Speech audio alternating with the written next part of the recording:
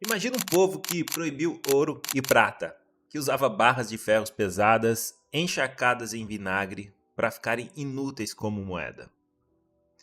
De propósito, um povo onde acumular riqueza era crime, onde ostentar era vergonha, onde o rei comia a mesma sopa de sangue de porco que o soldado mais raso. E mesmo assim, esse povo construiu o exército mais temido do mundo antigo. 300 deles seguraram entre 100 e 300 mil persas num desfiladeiro.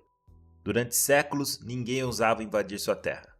Esparta, o povo que odiava dinheiro. Mas aqui vai o que ninguém te conta. O dia que o dinheiro finalmente entrou em Esparta, foi o dia que Esparta começou a morrer. E essa história vai mudar a forma como você enxerga riqueza, disciplina e liberdade. Quem foi Licurgo? O homem que redesenhou uma civilização. Para entender Esparta, você precisa entender um homem, o Licurgo. Licurgo é o legislador mais radical da história, mais que Moisés até, que Hammurabi, mais que qualquer constituinte moderno. Porque ele não mudou leis, ele mudou a alma de um povo inteiro.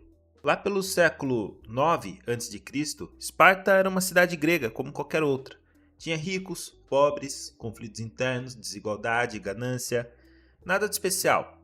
Até que Licurgo olhou para tudo aquilo e decidiu que o problema não era político, o problema era o dinheiro. A solução dele foi tão simples quanto brutal: eliminar a riqueza, não redistribuir, não taxar, eliminar. Primeiro, ele dividiu toda a terra de Esparta em 9.000 lotes iguais. Cada cidadão recebeu um lote chamado cleros, que era trabalhado por servos chamados hilotas. Todo mundo com a mesma terra, a mesma produção, a mesma base. Segundo, e aqui é onde a coisa fica insana, ele baniu todas as moedas de ouro e prata. No lugar, instituiu uma moeda de ferro. Mas não era o ferro normal. As barras eram enormes, pesadas e antes de circular, elas eram mergulhadas em vinagre quente, o que tornava o ferro quebradiço inútil para qualquer outro uso. Você não podia derreter, fazer espada, não podia fundir, fazer uma joia, por exemplo. Só servia como moeda mesmo. E para carregar o equivalente a uma quantia modesta, você precisava de um carro de boi. Plutarco, o historiador grego, escreveu que quando essa lei entrou em vigor, vários crimes desapareceram em Esparta. Quem ia roubar algo que não dava para esconder, que não causava inveja e que nem dava para cortar em pedaços úteis? Ninguém, né? Licurgo não criou uma lei contra a riqueza. Ele criou um sistema onde ser rico era fisicamente impossível. Agora, pensa no absurdo. Uma cidade sem economia comercial, sem moeda que vale alguma coisa fora dos seus muros, sem mercadores, sem banqueiros, sem luxo. Como é que essa cidade virou a maior potência militar da Grécia? Porque quando você tira o dinheiro da equação, sobra uma coisa, chamada tempo. E tempo era a arma secreta de Esparta. Enquanto em Atenas o cidadão era fazendeiro, comerciante, marinheiro e soldado, em Esparta o cidadão era uma coisa só, guerreiro, tempo integral, não fazia mais nada, do nascimento até os 60 anos. A educação espartana se chamava ágoge, o que significa criação. Aos 7 anos, o menino era tirado da família e jogado num sistema de treinamento coletivo. Dormia no chão, comia o mínimo, andava descalço no inverno, era incentivado a roubar comida e quando era pego apanhava, mas lógico que não pelo roubo, pela incompetência de ter sido pego. Aos 20, o jovem entrava no exército e nas Syssitia, que eram as mesas comunitárias onde todo espartano, do rei ao último soldado, comia junto. O prato principal, um caldo preto feito de sangue de porco, vinagre e sal. Tão ruim que um visitante de outra cidade provou e disse: "Agora entendo por que os espartanos não têm medo de morrer." Para se manter cidadão, cada espartano tinha que contribuir com alimento e dinheiro para a sua Syssitia. Se não conseguisse pagar, perdia a cidadania. Fracasso econômico virava morte social. E essa máquina funcionava porque não tinha distração. Não tinha riqueza para acumular, não tinha negócio para gerenciar, não tinha luxos para perseguir. E o espartano podia dedicar cada minuto da sua vida a uma coisa: ser o melhor guerreiro do planeta. E funcionou. Em 480 a.C., o Império Persa, o maior do mundo, lançou uma invasão contra a Grécia.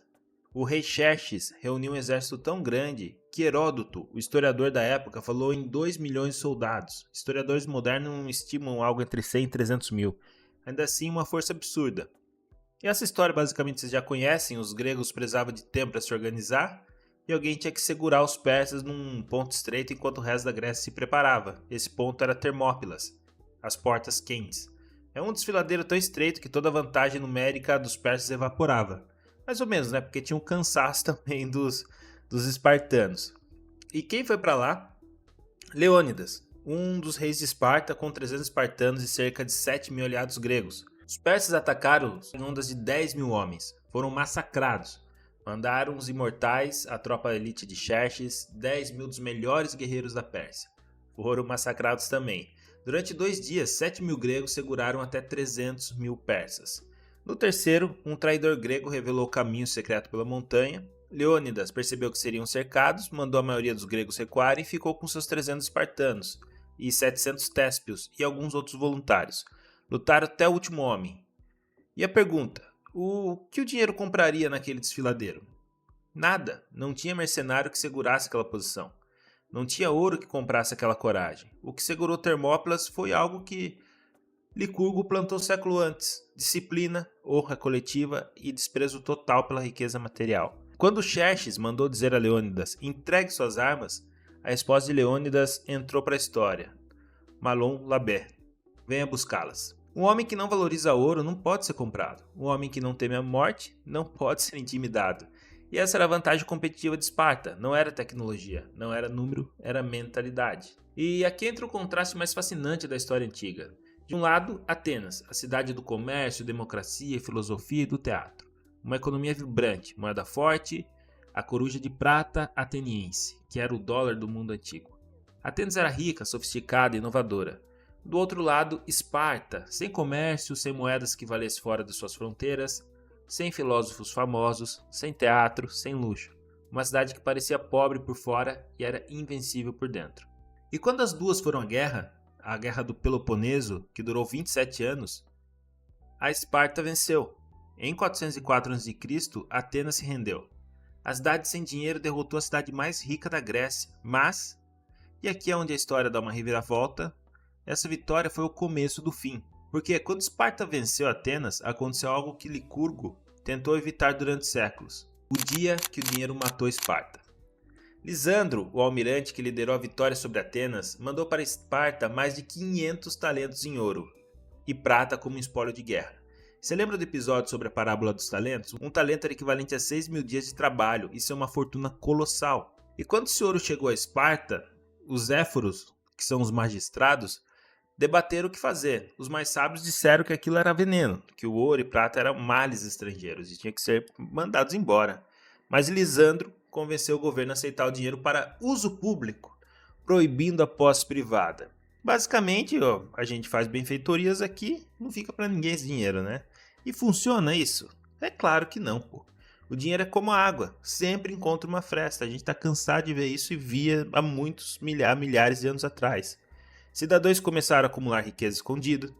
Desigualdade que Licurgo tinha eliminado voltou com força. Famílias ricas concentrando terras. Espartanos pobres sem conseguir pagar a contribuição da Cicítia. E se não paga, não come, perde a cidadania.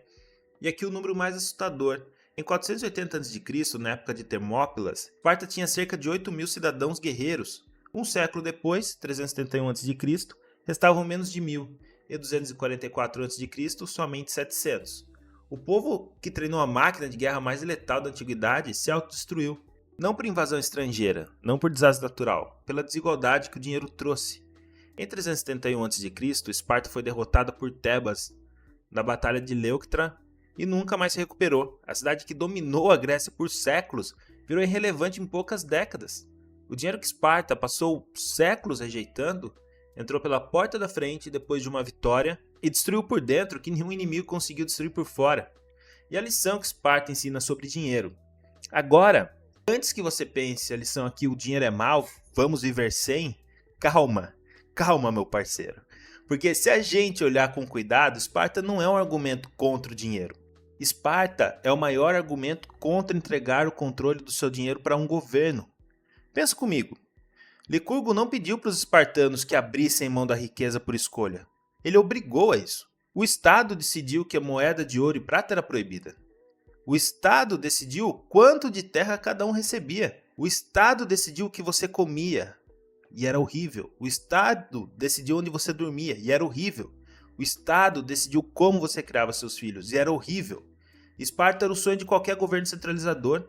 Tinha controle total sobre a vida e o dinheiro do cidadão. E funcionou? Funcionou enquanto teve guerra, enquanto teve inimigo externo. O minuto que a ameaça diminuiu e o dinheiro de verdade apareceu, o sistema desmorona. E desmoronou, porque o dinheiro é como água, sempre encontra uma fresta. Você pode proibir, taxar, regular, confiscar, o dinheiro vai achar um caminho. E quando acha, quem está mais perto do poder é quem fica com ele.